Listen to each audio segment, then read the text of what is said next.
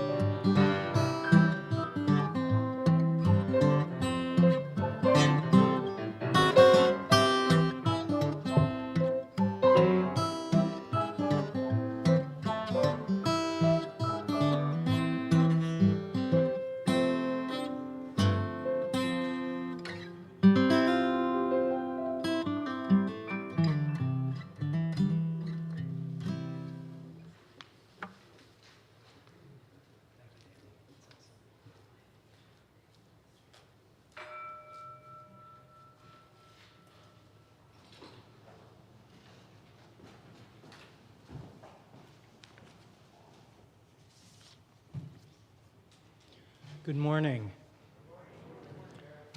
Welcome to the Community Church of Chapel Hill, Unitarian Universalist.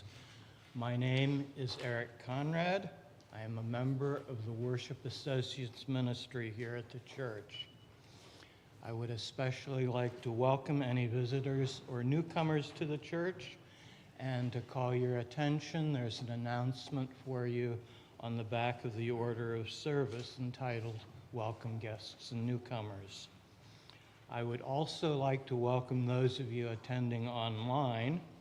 Lyrics to hymns and all elements of the service may be found on the screen, and a complete order of service, including this week's announcements, is available via the link in the Sunday morning email and also on the church website. Our in-person Sunday social is held immediately following the service. Please turn off or silence any cell phones during our service to maintain a worshipful experience. Whoever you are, whomever you love, however you arrive at this beloved place, you are welcome here.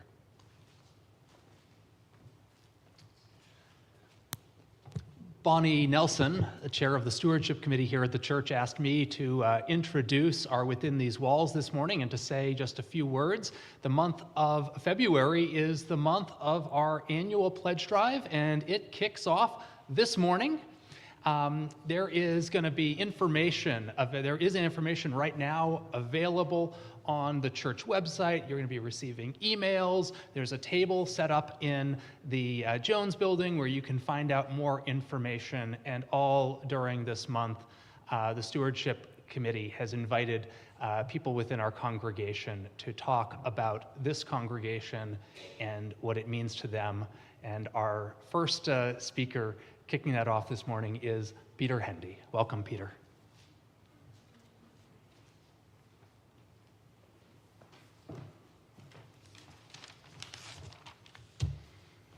My name is Peter Hendy, and I have been attending this church for about 2 years. This is my first time at this podium. I'm going to take advantage of the opportunity to ask a question here. How many of you, before I started talking, have ever looked at this podium and thought that the front of it looks like the cow catcher on the front of an old Western train? Okay, there are a few of you. That's good. I was just wondering if I was failing some kind of a Rorschach test, but there's a few of us. That's good. Well, I will be the engineer up here for the next couple minutes driving this train as I tell you about when I first attended a UU church in Texas. It gave me a place to ask questions and have conversations that I could not have in the Catholic churches that I attended for the first 50 years of my life. And I enjoyed exploring and figuring out what I believe. I am a big fan of the free and responsible search for truth and meaning.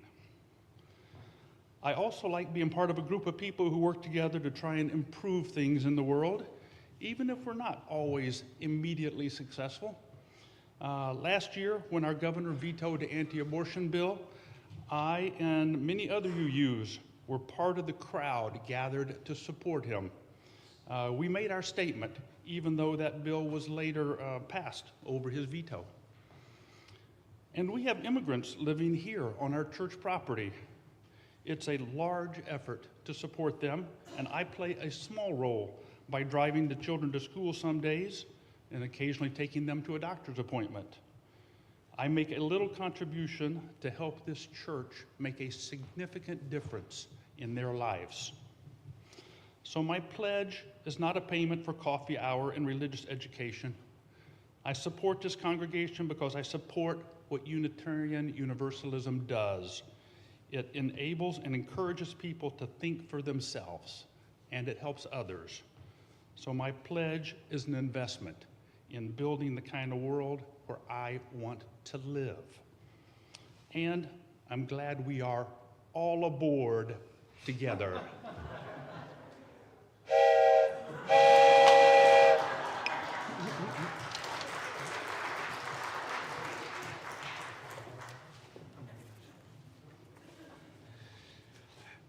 Thank you, Peter.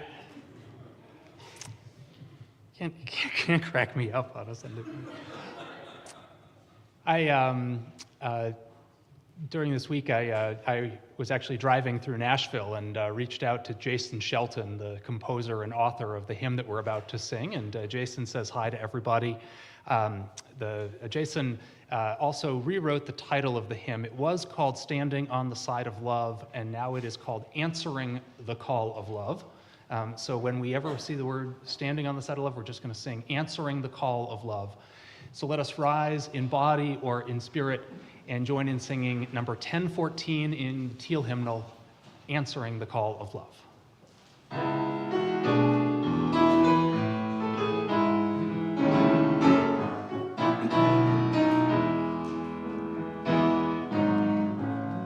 The promise of the Spirit, faith in love abide.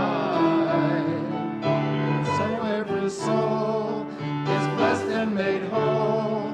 The truth in our hearts is our guide. We are answering the side of love.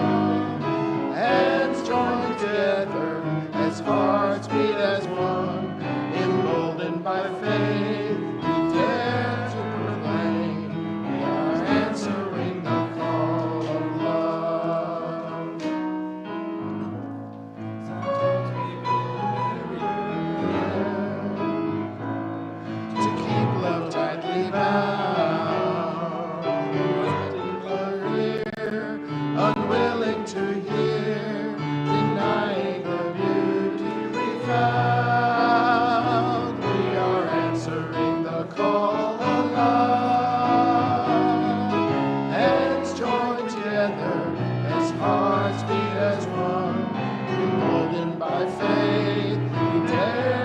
proclaim. We are answering the call of love.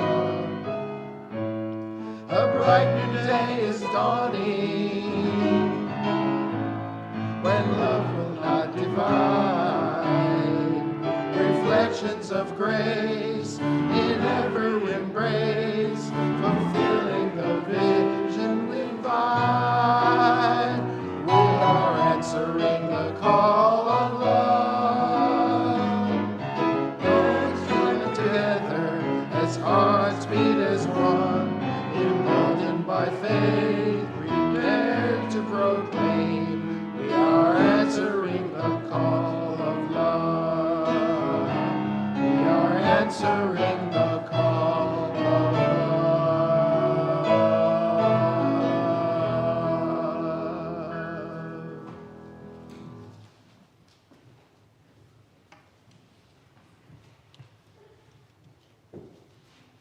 Let me tell you something about this church. Here, we cannot tell you the final and authoritative answers to big religious questions, but we can invite you into a community of people on a journey of discovery. We are a questioning, searching community. Here, we cannot promise you a life without struggle, but we can invite you into a community of care, support, and kindness. We hold one another in love, even when life is hard. Here, we cannot fix every problem or right every injustice, would that it was so. But we can invite into the struggle for a world more just. Here, you can join with others in making a real and important difference. Here, we cannot offer you a life without heartbreak. To the contrary, here you can grow in the depth and expansiveness of your love.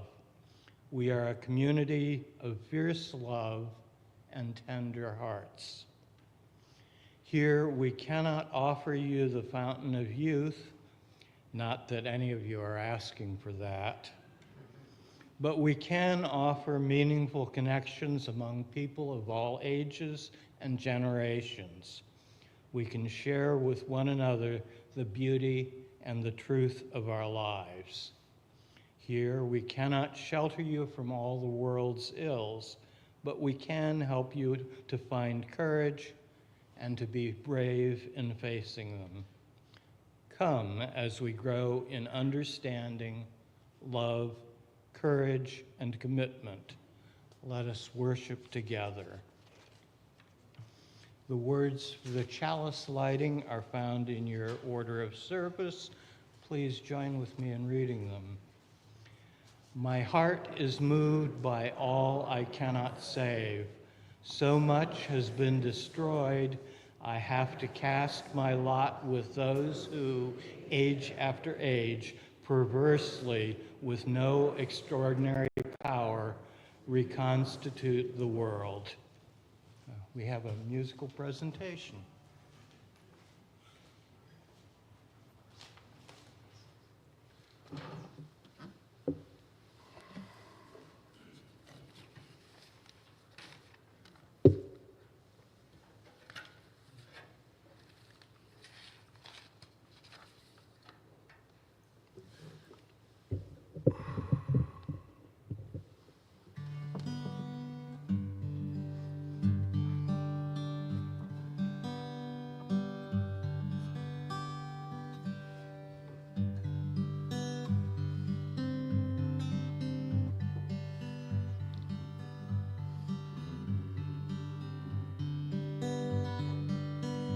When you're weary, feeling small, when tears are in your eyes, I will dry them home. I'm on your side. When times get rough and friends just can't be found like a bridge over water. I will lay me down like a bridge over troubled water. I will lay me down.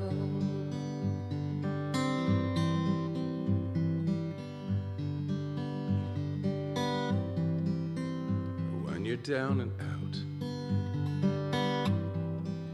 when you're on the street, when evening falls so hard, I will comfort you. I'll take your part when darkness comes and pain is all around like a bridge over troubled water. I will lay me down like a bridge over troubled water. I will lay me down.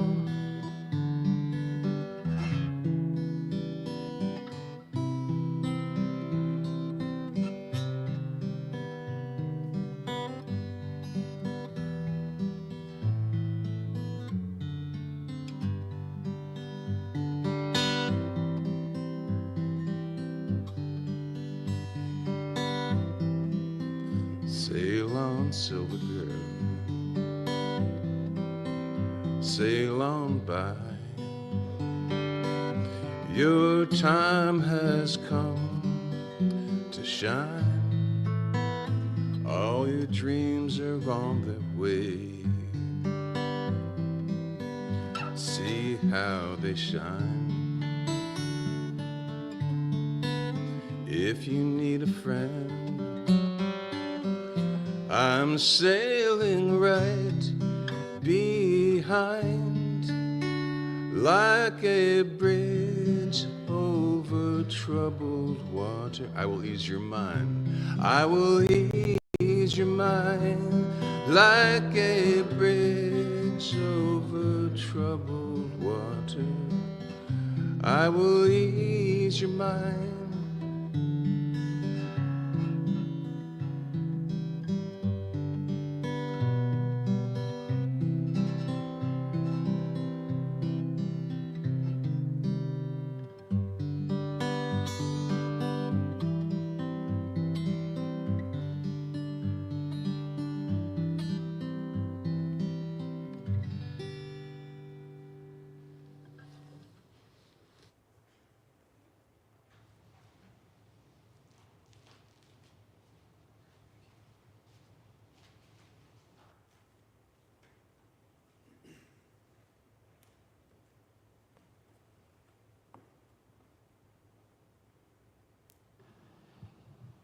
Each week, we hold in our service a time for sharing both the significant joys and sorrows of our lives. If you've come this morning with either a significant personal joy or sorrow, you're invited to come forward, place a stone in the water bowl, speak your name into the microphone, and briefly share your joy or your sorrow. Let us enter into this time of tenderness and trust.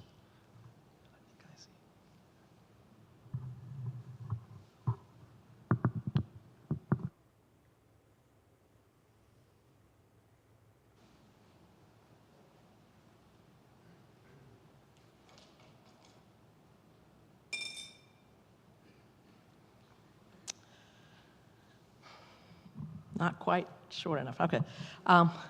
I'm Nancy Mayer. I've been telling our trials and tribulations with the war in Gaza. Well, yesterday, my niece's uncle was released. His name is Keith Siegel. Probably saw it on the news. So Keith Siegel, my niece's other uncle, was released from Gaza yesterday. We're all very, very happy about it.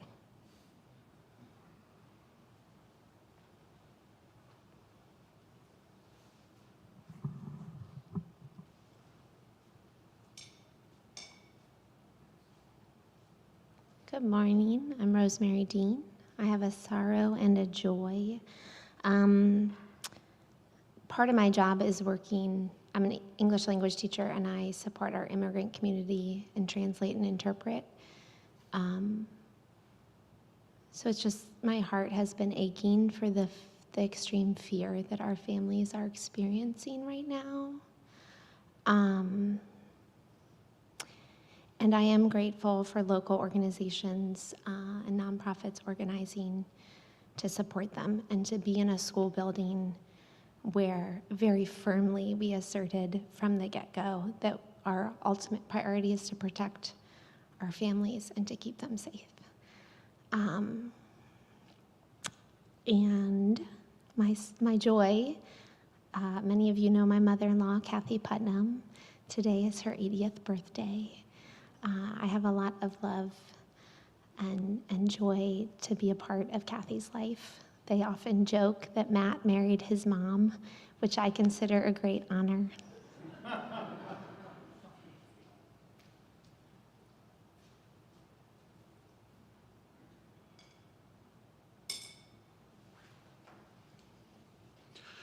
This stone is placed in memory of my grandmother and my father's mother, who was born Eugenia Isaev in 1923. She passed on Tuesday at the age of 101.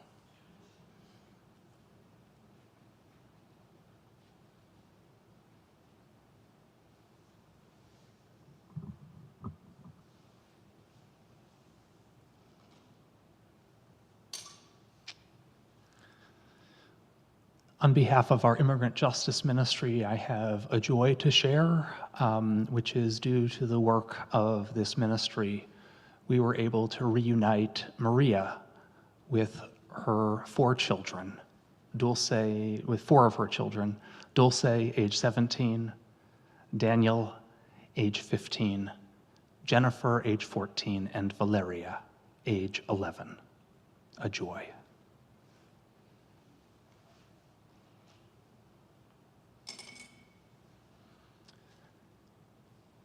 A final stone is placed for all those joys and sorrows that we hold in our hearts that were not spoken this morning.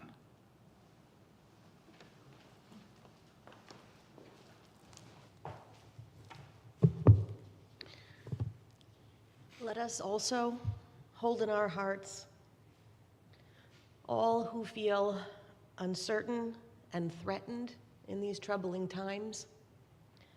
Let us lift up our government workers, scientists, and academics whose lives and life's work are being disrupted. Let us lift up trans and queer folks whose rights and identities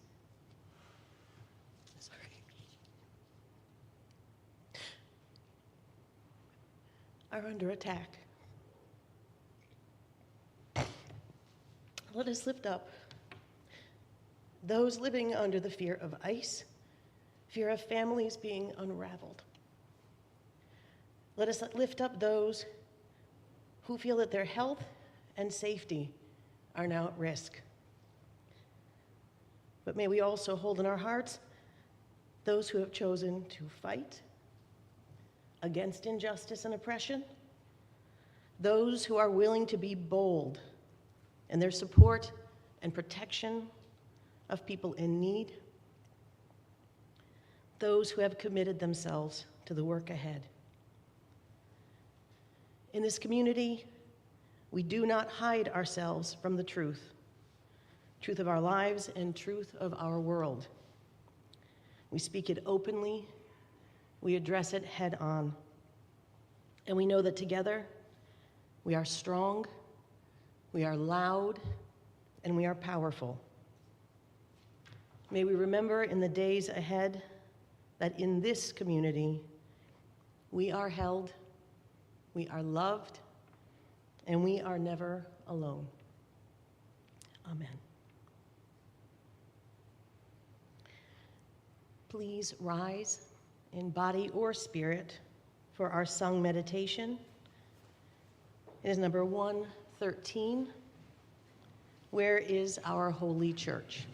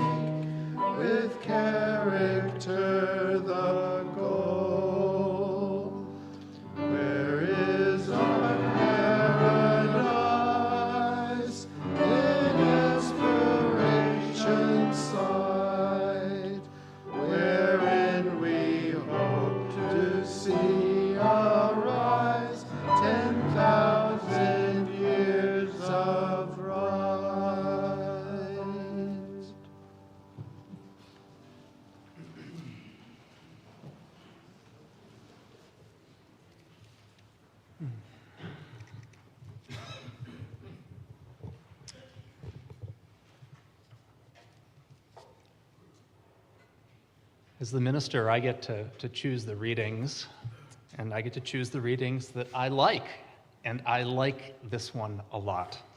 It's by a Unitarian Universalist minister, Reverend Victoria Safford, a mentor of mine, an inspiration of mine. And she published it in a meditation book called Walking Towards Morning. And it's entitled, "Why Do You Come, John?" I knew a man once who came to church every Sunday. You may find nothing remarkable in this, but think of it. A man who came every single Sunday, and it was not that he lacked other things to do. I knew him only in the last years of his life. A birthright Unitarian, a retired geologist, who, when he was not at church, was a volunteer for Amnesty International, for the local food bank, for the American Civil Liberties Union, for the Family Planning Clinic, the AIDS Project, for the Unitarian Universalist district we were a part of, for the Audubon Society, and for a splendid community choir. He was busier than any of us still holding full-time jobs. He was committed, effective, clear about what could and would, and what he could and would, and by his own standards should contribute to the causes he cared for, the world and the people he cared for. But what set him apart from all of us was that he came every single Sunday, and because of hearing loss, I think, more than any sense of his own importance, he sat in the front row.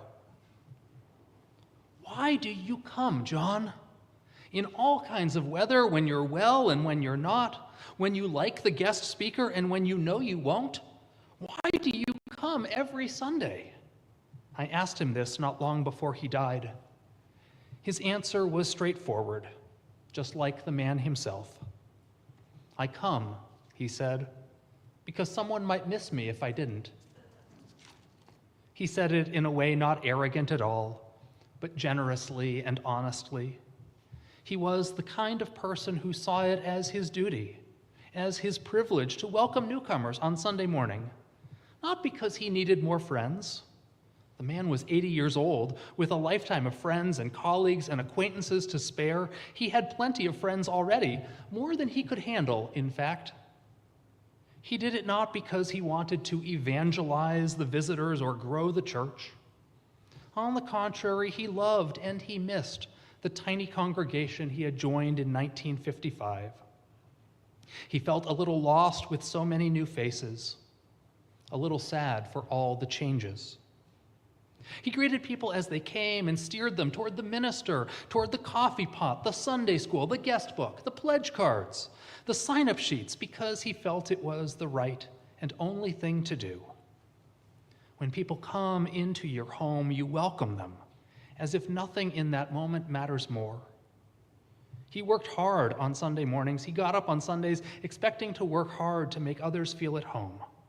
He came with that in mind. And he was right.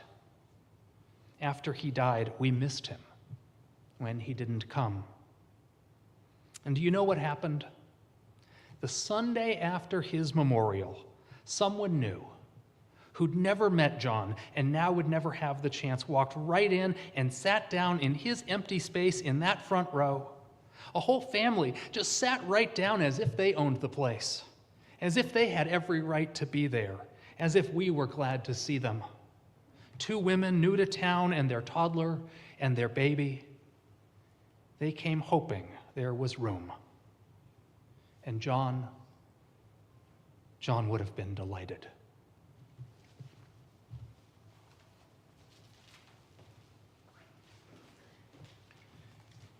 Freely have we received gifts that minister to our needs of body and spirit. Gladly we bring to our church and its wide concerns a portion of this bounty. If you wish to donate online, there is a QR code on the back of the order of service, and there is information on the church's website. We will now receive the morning offering.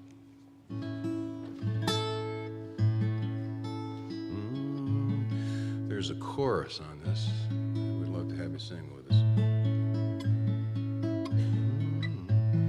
Give yourself to love. Love is what you're after.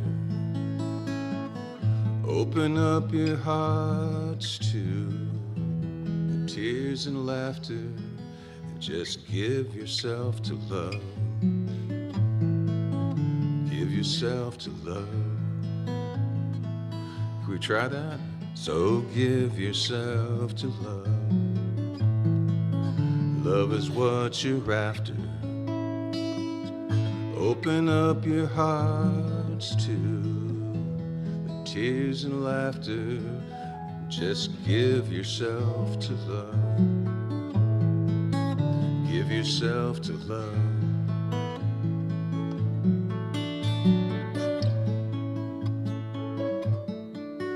Kind friends all gathered round. There's something I would say. What brings us together here has blessed us all today. Love has made a circle that holds us all inside. Strangers are as family, and loneliness can't hide. You must give yourself to love. If love is what you're after, open up your hearts to the tears and laughter, and just give yourself to love. Give yourself to love.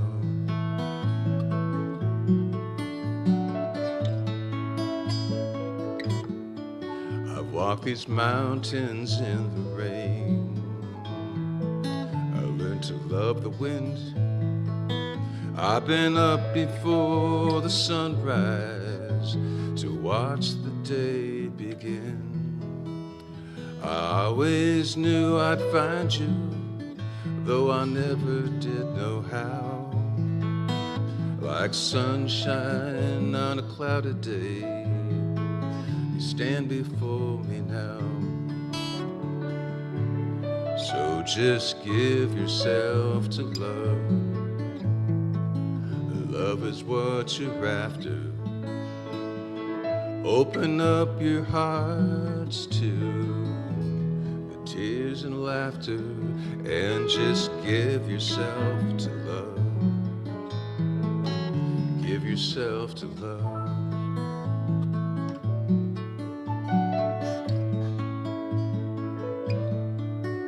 Well, love is born in fire. It's planted like a seed.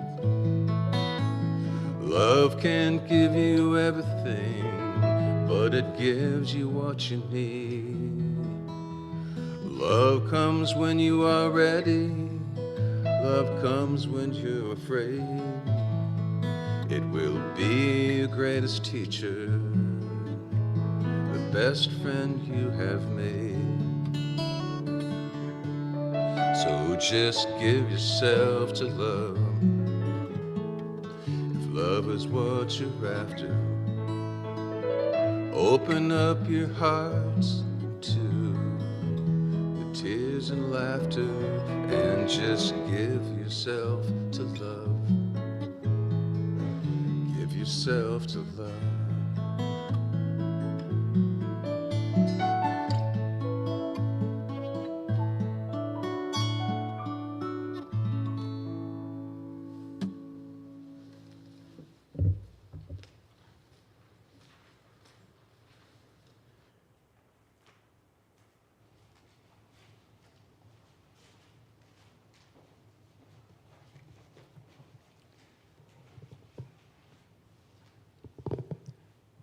I know I've told some of you this story from a few months ago.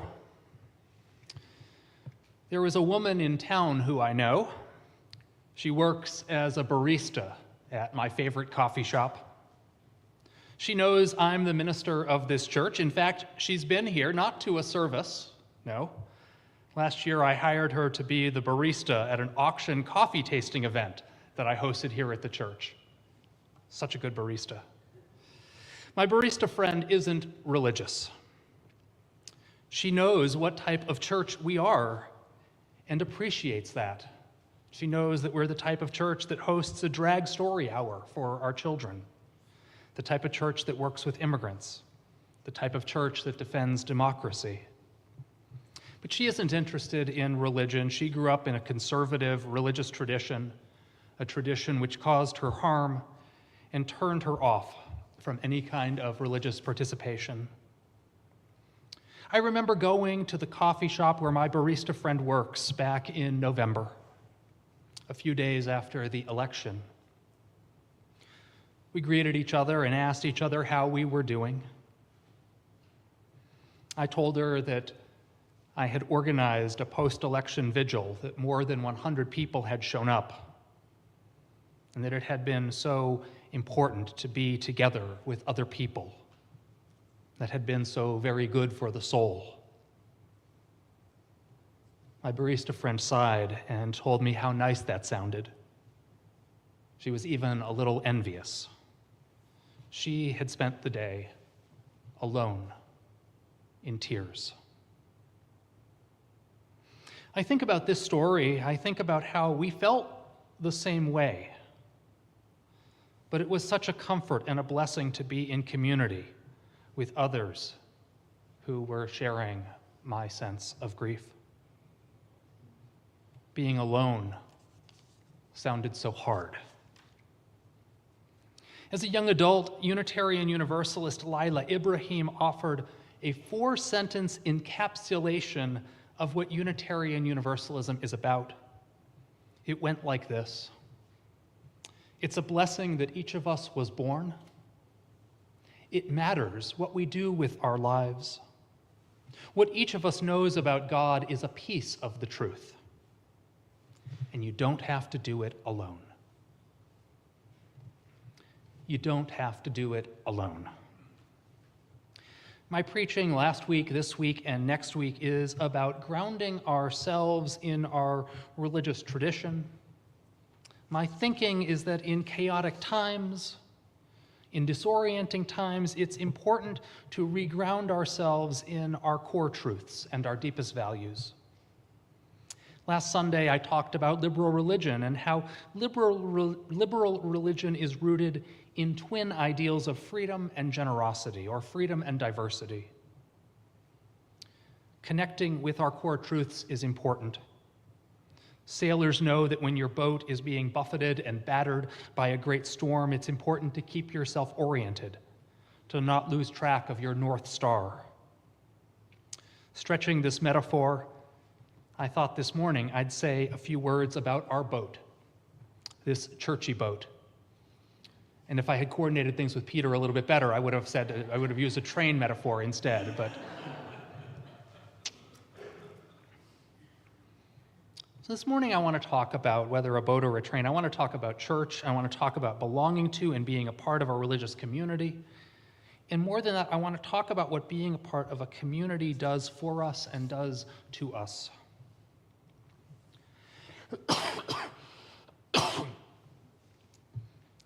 Being a part of a community does not mean that we won't suffer and struggle.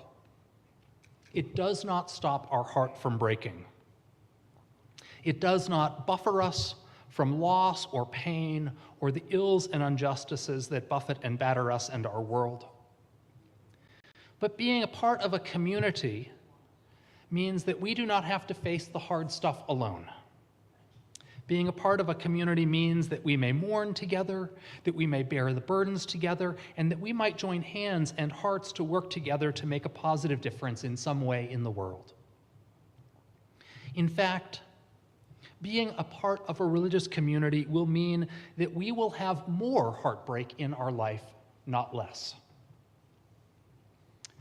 A few nights ago, I spent an evening in Dallas, Texas, and got to visit a family from the church where I had done my internship.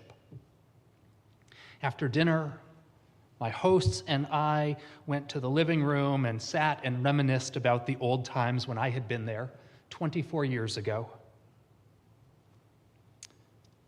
They told me that Gary had died. I had heard about that. So sad. Such a good man. And Jana had died. Oh no, I missed her. And Marty Robinson, too. Oh, Marty, she had taught me so much about leadership. And Lucy Lockwood, she was still alive? How is that even possible? It's well over 100. It was so sad to learn about these losses, but that sadness, that heartbreak, was blended with gratitude for their memory. Such an amazing gift to know these lives, to know that my life and their lives were connected. If you want to avoid heartbreak in your life, it's actually really easy. Don't love anyone. Don't have a family, don't have friends, don't join a community, and don't care about anyone or anything beyond yourself. An empty balloon will not pop. A small and shriveled heart will not break. And if you avoid love, your heart will not break. But it's not worth it. I don't recommend it. You'll avoid all the heartbreak, but you'll miss out on every bit of joy that is worthwhile too. The other thing I want to tell you is that if your religion isn't helping your heart to break on the regular, you have a lousy religion. If your religion isn't teaching you to care about other people, about the poor, about people in war-torn lands, about vulnerable populations, about the earth itself, and if your religion isn't consistently widening the scope of who and what you care about, then your religion is worth less than nothing. Give me the religion of Adrian Rich, who wrote our chalice lighting words this morning. My heart is moved by all I cannot save. So much has been destroyed. I have to cast my lot with those who age after age, perversely, with no extraordinary power, reconstitute the world. Now that's a religion for me.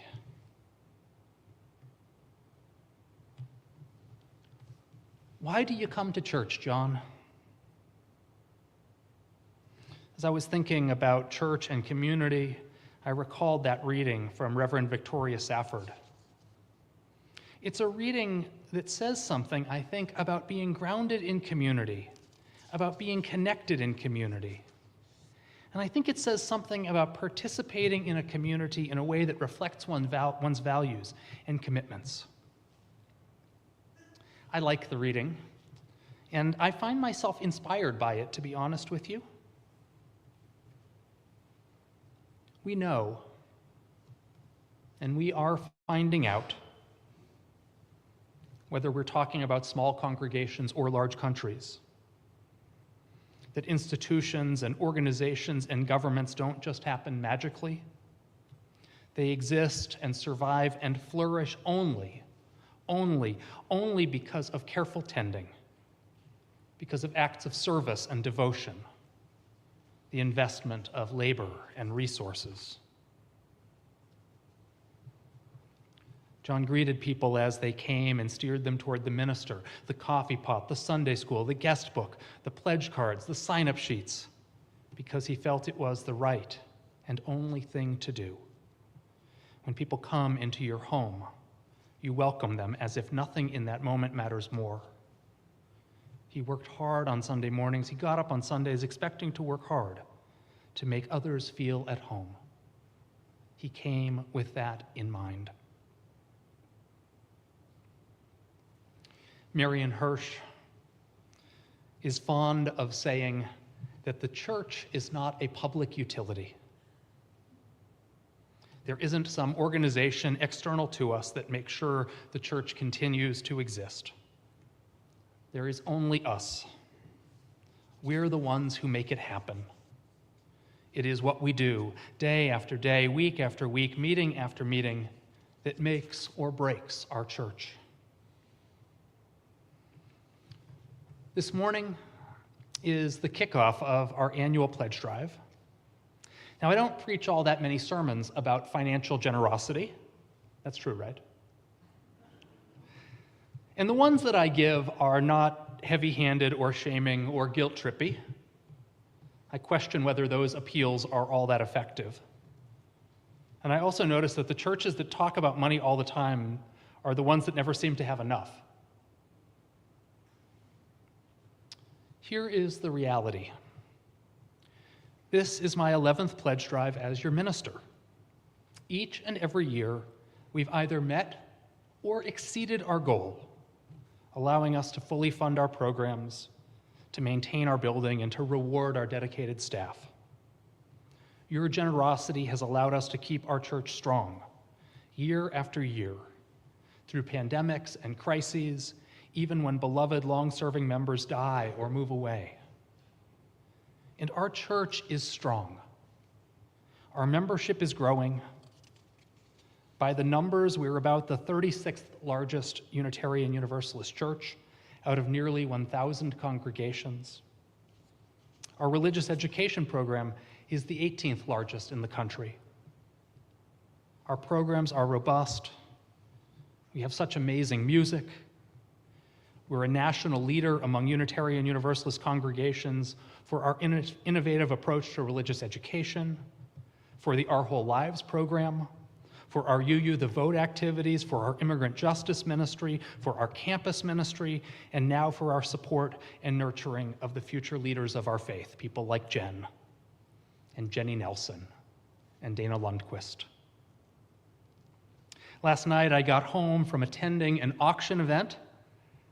Thank you, Paige. It was fantastic. And I opened my email, and there was an application from a promising intern interested in coming here to do an internship with us. It's a joy being the minister of this church, even during challenging times. I like being the minister here. And that you treat me well and you pay me well helps me to enjoy being the minister here. How great to be amongst people who dream boldly, give generously, serve gladly, and make the church a great one to be a part of. The church is not a public utility. There isn't some organization external to us that makes sure the church continues to exist. There is only us. We're the ones who make it happen. It's what we do day after day, week after week, meeting after meeting that makes or breaks our church.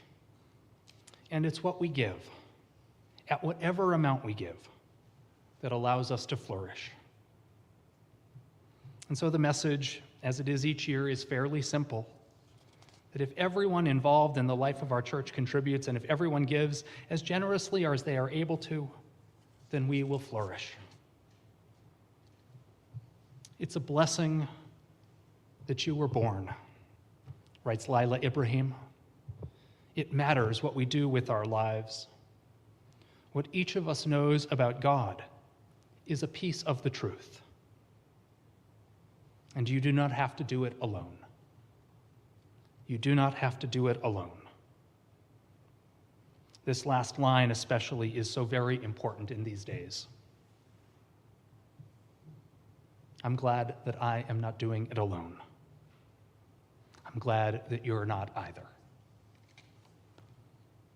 I invite you to rise in body or in spirit and join in singing our closing hymn.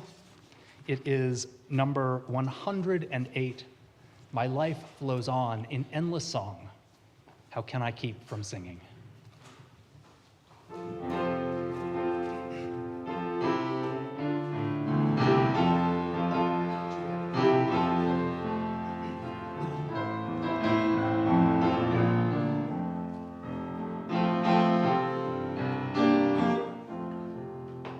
My life flows on in endless song above earth's temptation.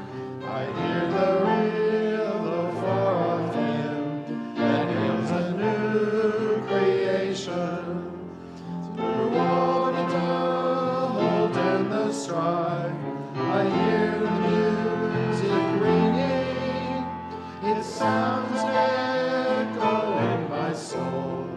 How can I keep from singing? What though the tempest round me roars? I know the truth it liveth. What though the darkness round me close? Songs in the night it giveth. The storm can shake my inmost calm, but to that rock I'm clinging. Since love prevails in heaven and earth, how can I keep from singing? When tyrants tremble as they hear the bells of fate unringing, when friends rejoice both far and near, how can I keep from singing? To prison and dungeon vile, our thoughts to them are winging. When friends by shame are undefiled, how can I keep from singing?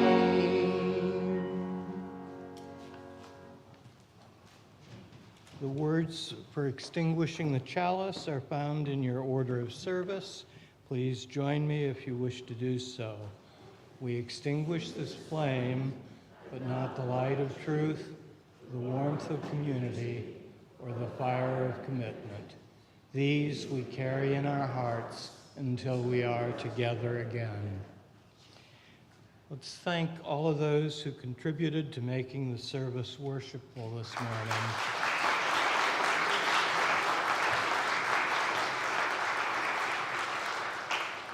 And please join in singing Shalom. The words are in your order of service.